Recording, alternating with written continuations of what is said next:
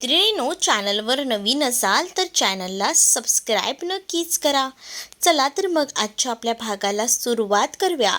सगळ्यात आधी आपण पाहतो अनु छान तयार तर झालेली असते, पण आता अनुला तयार होऊन सुद्धा केसामध्ये गुलाबाचं फूल माळायचं असतं, जे अंगणात त्यांच्या लावलेलं असतं.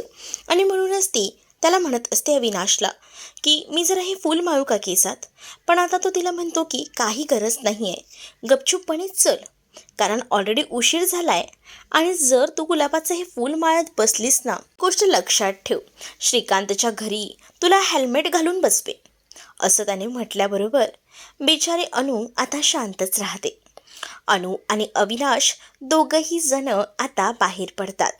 पण दुसरीकडे मात्र अनु बाहेर गेल्यामुळे अनुची सासू आणि त्यासोबत सीमा या दोघींची खूप जास्त चिडचिड होत असते.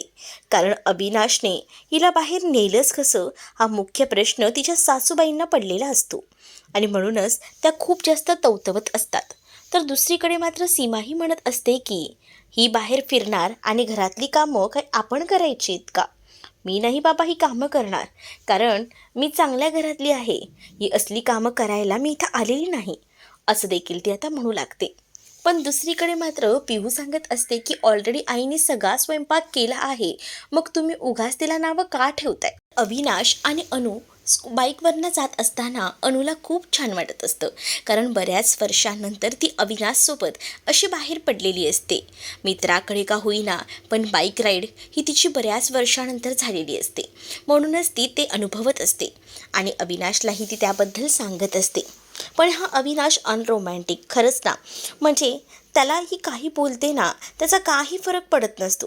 त्याला म्हणजे मनापासून असं काही तिच्याबद्दल फिलिंगच येत नसतात ना, म्हणूनच तो काही बोलत नाही. एका टोकाला नेऊन तो गाडी कुठेतरी थांबवतो आणि त्याच वेळेला तो म्हणत असतो की खरं तर ना, आपण श्रीकांतच्या घरी जातोय, तिथे जरा व्यवस्थित राहा, बाकी काही हालचाली करू नकोस, त्याच्यासमोर असताना थोडं चांगलं वाग, असं देखील आता सांगितलं जातं. मग अनुही म्हणते की नको तुम्ही काळजी करू. त्याच वेळेला खरं तर श्रीकांत आधी काहीच नव्हता, पण नंतर हळूहळू आता तो पुण्यावर मुंबईत आला. त्याने सगळं काही स्वतःचं प्रस्थापित केलं. तुला माहिती का, मुंबईसारख्या शहरात बोरिवलीमध्ये त्याने स्वतःचं एक मोठं अलिशान घर घेतलेलं आहे. त्यासोबत त्याच्याकडे 20 लाखाची गाडीही आहे, स्वतःचा बिझनेस आहे. आणि या सगळ्या गोष्टी त्याने कशा मिळवल्या आहेत, काय तर त्याच्या बायकोचा पायगुण, हे सगळं तो स्वतःहून बोलत होता. मग बघ ना, त्याच्या बायकोचा पायगुण किती चांगला आहे, चांगली गोष्ट आहे हो. मग असं अनु म्हणते. मग आता अविनाशचं असं म्हणणं असतं की त्याच्या बायकोचा पायगुण इतका चांगला आहे, पण माझ्या बायकोचा तळभद्री आहे. म्हणूनच तो आता अनुला हिणावत असतो. अनु म्हणत असते की प्रत्येकाची वेगळी ही वेळ असते आणि त्या वेळेनुसार सगळ्या काही गोष्टी घडत असतात. आपली फेज आता नक्कीच सुधारेल, असे देखील ती आता अविनाशला बोलून समजावू लागते. पण हा अविनाश वाकड्या विचारांचा, प्रत्येक वेळेला काही ना काही भलतंच बोलत असतो, तरीसुद्धा बिचारी अनु त्याला समजून घ्यायचा प्रयत्न करत असते. तर इकडे आता रेवती जी आहे ना, ती मात्र एका मुलाला भेटायला जायचं असतं, त्याच्यासोबत डेटला जायचं असतं. आणि त्याचसाठी ती आधी एका वॉशरूममध्ये जाते आणि तिने जो ड्रेस घातलेला असतो ना, तो काढते. आणि त्यानंतर मात्र ती आता वन पीस घालते आणि त्याला भेटायला जाणार असते. तर इकडे प्रथमला भूक लागलेली असते आणि म्हणून प्रथम सांगतो की मला भूक लागली आहे. मग आई घरात नाही आहे, तर तुला जेवण कसं काय भेटणार, असं आता सीमा म्हणत असते. का आई नाही आहे, आई कुठे गेली, तुझ्या बाबांसोबत बाहेर फिरायला गेली आहे ना आई, म्हणजे बाबा आणि आई दोघंही जण नाही आहेत, बाहेर गेलेत. मग बरंच झालं, एक काम करूया, आपण बाहेरून पिझ्झा ऑर्डर करूया, मला पिझ्झा खायचं मन करतंय. त्यावर आता या अनुच्या सासूबाई थोडी गप्प बसतात. त्याही म्हणू लागतात की हो हो पिझ्झा, मलाही पिझ्झा हवा आहे. मग सीमाही म्हणते चालेल ना, आपण सगळीजणं पिझ्झा खाऊया. पण बिचारी पिऊ, तिला आपल्या आईबद्दल खूपच जास्त वाईट वाटतं. ती लगेच म्हणते की तुम्हा लोकांना काही वाटतंय का, आईने सगळं जेवण बनवलं आहे आणि तरीसुद्धा तुम्ही असं का म्हणताय की बाहेरचं मागवायचं आहे करून. नको रे असं करू, अरे प्रथम आईने सगळा स्वयंपाक केला आहे, नको बाहेरचं काही मागू, असं ती आता प्रथमला सांगत असते. पण प्रथम ऐकायला तयार नसतो. प्रथम म्हणतो ते बाहेरचं आम्ही खाऊच, पण हे घरातलं आहे ना ते तू खा. आम्हाला नको शिकवू. आणि त्यानंतर आता अनुच्या सासूबाई ज्या असतात ना त्याही म्हणतात की ते घरातलं जेवण खाऊन आहे ना कंटाळा आला आहे, सारखं सारखं काय तेच जेवण खायचं. आणि म्हणूनच ना आम्ही मात्र हे जेवण खाणार नाही आहे, आम्ही ना बाहेरचंच ऑर्डर करून खाणार आहे. मग काय, पैसे कोण देते? पैसे सीमा तू देशील ना, असं देखील विचारलं जातं. सीमा काय हू नाही का चू नाही, कारण सीमाकडे पैसे द्यायला आहेत पण द्यायचे नाही आहेत. मग ती म्हणते की तुम्ही द्याल ना, तुमच्याकडे पैसे आहेत. मग ती म्हणते की रेवतीलासुद्धा आपण ऑर्डर करूया, रेवती पैसे देईल. पण रेवती इथे एका मुलासोबत डेटवर आलेली असते. तो मुलगा ना रेवतीला खरं तर फसवत असतो, रेवतीकडनं सगळी इन्फॉर्मेशन काढून घेत असतो तिच्या घराबद्दलची. आणि रेवती मूर्खासारखी त्याला सगळी इन्फॉर्मेशन सांगत असते. आणि तिचं घरदार, तिचे भाऊ कुठे कामाला आहेत याबद्दलही सांगते.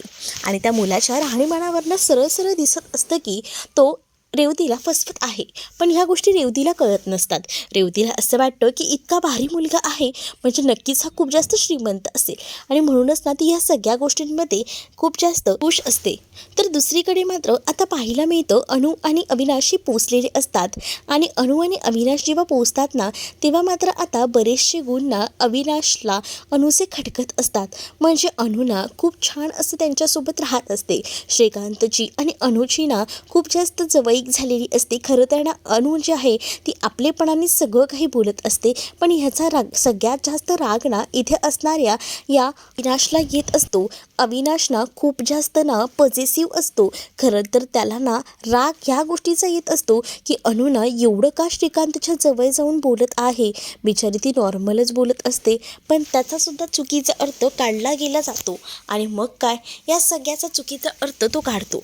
पण श्रीकांतने खूप सुंदर अशी आता बासुंदीसुद्धा केलेली असते, आणि त्या बासुंदीचं कौतुक मात्र खूप अनुला असतं. आणि अनु त्याची रेसिपीसुद्धा विचारते. त्याच वेळेला अनुला तो रेसिपीचं विचारल्यानंतर सांगतो की खरं तर ना मला ही सगळं प्रमाणात सांगते, त्या पद्धतीने बनवतो. तुला जर रेसिपी विचारायची असेल ना तर तू माझ्या बायको अश्विनीला विचार. मग अश्विनीसुद्धा हे सगळं सांगते. आणि इकडे मात्र अविनाशच्या डोक्यात मात्र आता खूपच जास्त ही गेलेली असते अनु. मग तो विचार करतो की या अनुचं आता काढायचं असेल ना तर आता अनुचं काढायला लागेल घरी जाऊनच. मग आता घरी गेल्यानंतर पुढील भागांमध्ये आपल्याला पाहायला मिळतं बिचारी अनु शांत असते, पण त्यावेळेला ना अनुला मुद्दामून तो एक बासुंदीचं पातेलं घेऊन येतो आणि तिला त्या पातेल्यातून बासुंदी जबरदस्ती पाजू लागतो. म्हणजेच तिला ते नको असतं, पण जबरदस्ती तो तिच्या घशामध्ये ती बासुंदी ओतत असतो. बिचारी अनु हे सगळं सहन करत असते. पण आजच्या डेटला हे असं काहीच दाखवलं जात नाही. पण ह्या मालिकेत असं का दाखवलं गेलेलं आहे ना खरंच माहीत नाही. प्रत्येक प्रेक्षक खूप जास्त भडकत देखील आहेत. आता तुम्ही व्ह्यूअर्स, तुम्हाला हा भाग कसा वाटतो हे मला कमेंटमध्ये सांगा. आणि अशाच नवनवीन भागांसाठी आपल्या चॅनललासुद्धा सबस्क्राईब नक्कीच करा. चला तर मग भेटूया पुढच्या भागामध्ये. तोपर्यंत टाटा बाय.